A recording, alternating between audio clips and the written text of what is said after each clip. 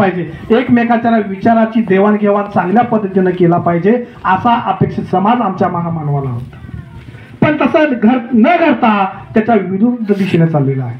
मित्रांनो, या ठिकाणी महामानवानं, या पुरुषांनी, या अनेक सर्व संतांनी, अनेक कर्मयोगांनी अतिशय चांगलं असं आम्हाला भरभरून शिदोरी दिलेली आहे.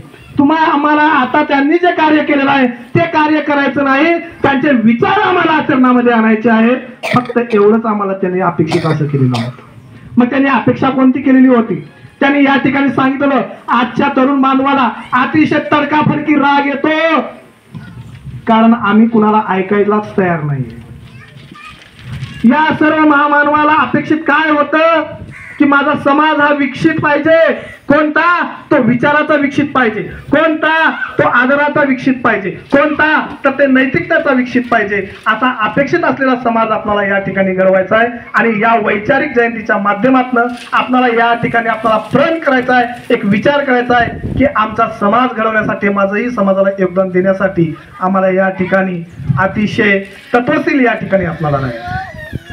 जे जे महामानवांनी कार्य केलेलं आहे, सांगितलेलं होतं, अण्णाभाऊने आपल्याला आव्हान केलेलं होतं, मला या ठिकाणी रडगाणे मान्य नाही, मला लढा मान्य आहे.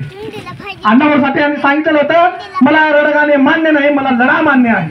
जसं कुसुमाग्रजांची कविता आहे, मोडला आमचा संसार किती पण मोडला नाही कणा. मोडला आमचा संसार किती, मोडला नाही कणा.